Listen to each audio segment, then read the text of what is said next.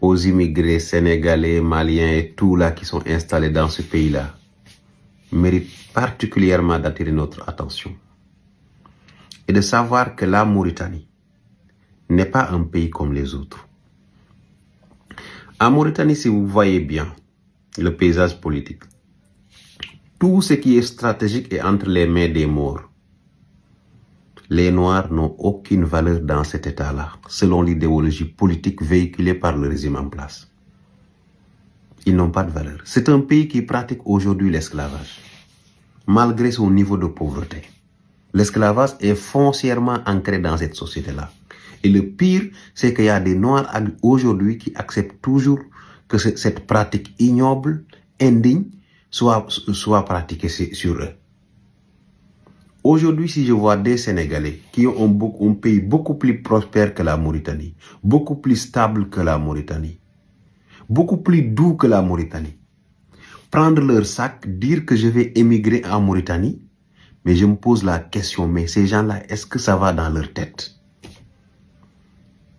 Quand une personne décide de quitter son pays pour émigrer, c'est pour avoir un pays beaucoup plus stable, ou aller dans un pays plus riche, un pays plus doux, un pays où les gens que tu vas trouver vont te considérer ne serait-ce que comme un être humain. Mais le régime politique, dans un pays où il y a l'esclavage, quel est le rôle que vous pouvez avoir? Pire quand vous êtes un étranger. Vous êtes un noir. Vous êtes un noir, vous n'êtes pas respecté. Même les noirs mauritaniens ne sont pas respectés en Mauritanie. C'est pourquoi l'esclavage perdure toujours dans cet état-là. Et vous décidez de prendre votre sac, de dire je vais émigrer en Mauritanie.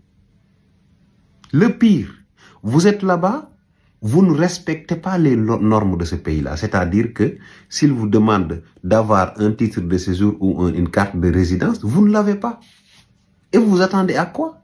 Ces gens-là, s'ils vous attrapent, vous pensez qu'ils auront de la pitié comme vous? Non, ils vont vous traiter comme ils traitent leurs esclaves là-bas.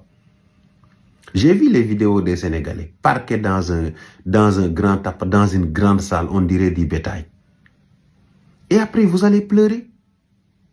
Non, il faut savoir se respecter d'abord. Et se respecter, c'est savoir où tu mets ton nez là-bas. Ton nez là, où tu le mets. Où tu mets ton pied. Savoir que dans ce pays-là, ce pays n'est pas fait pour moi.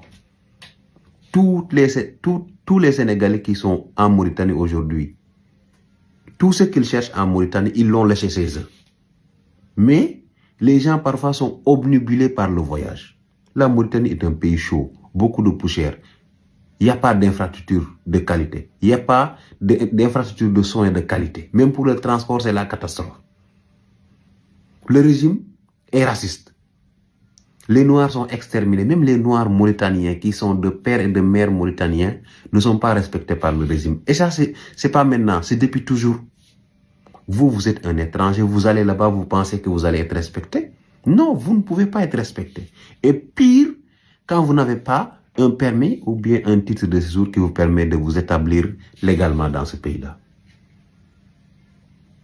Aujourd'hui, allez observer bien l'armée ou l'État mauritanien. Tout ce qui est stratégique est entre les mains des Maures. Vous ne verrez jamais un noir mauritanien avoir un poste stratégique dans ce pays-là. Parce que les Maures qui détiennent le pouvoir ont tout fait pour exclure les Noirs de la vie politique, de l'appareil d'État. Sous la complicité de certains Noirs, je ne dirai jamais les communautés, mais je connais parfaitement les communautés qui dealent avec les Maures pour opprimer les autres pays, les autres Noirs.